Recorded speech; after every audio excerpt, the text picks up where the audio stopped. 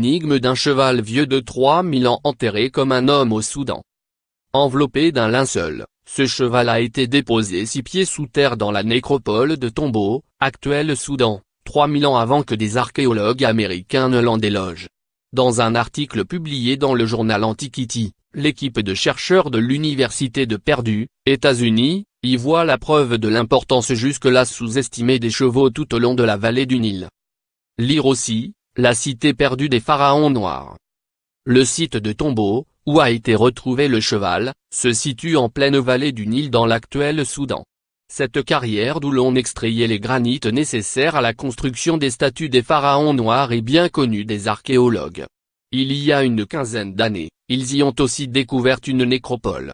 La datation du cheval ne laisse que peu de doutes, il aurait vécu au Xe siècle avant J.C. C'est une période particulière, explique Claude Rilly, chercheur au CNRS. On ne sait pas vraiment qui gouverne. Trouver un cheval aussi bien enterré est assez surprenant car cela montre une certaine stabilité dans une époque qui nous paraît trouble. Le Xe siècle est, pour les archéologues, marqué par le retrait de l'Égypte du Soudan.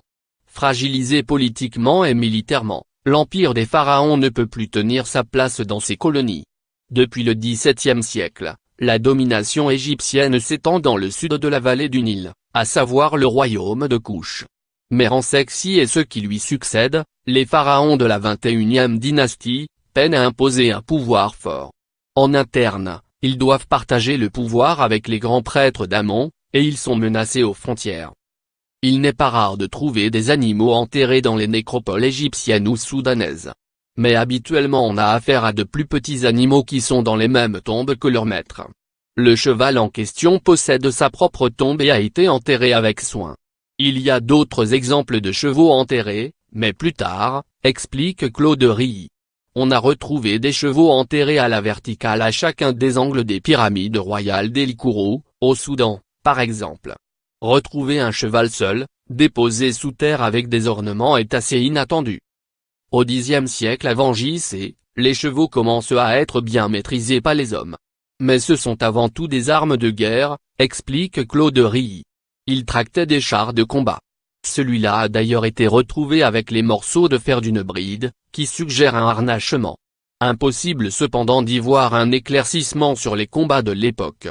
Les chevaux servaient bien pour les guerres, mais rien ne nous indique que celui-ci en est connu, rajoute le chercheur. D'autant que les archéologues américains précisent que l'animal a dû être bien traité tout au long de sa vie et est mort à un âge mûr. Son enterrement, selon un procédé habituellement réservé aux humains, témoigne du très fort attachement de son propriétaire. Enfin, le découvrir dans la ville de Tombo indique que cette cité a pu avoir une fonction plus importante que supposé dans cette période postcoloniale. Nos connaissances sur cette période assez trouble de l'histoire antique risquent d'avancer considérablement prochainement. Plusieurs fouilles sont en cours sur des sites particulièrement riches, explique Claude Rilly. De plus, le Qatar a beaucoup investi dans l'archéologie au Soudan, ce qui permet de multiplier les chantiers. Ce cheval n'est peut-être qu'une première étape.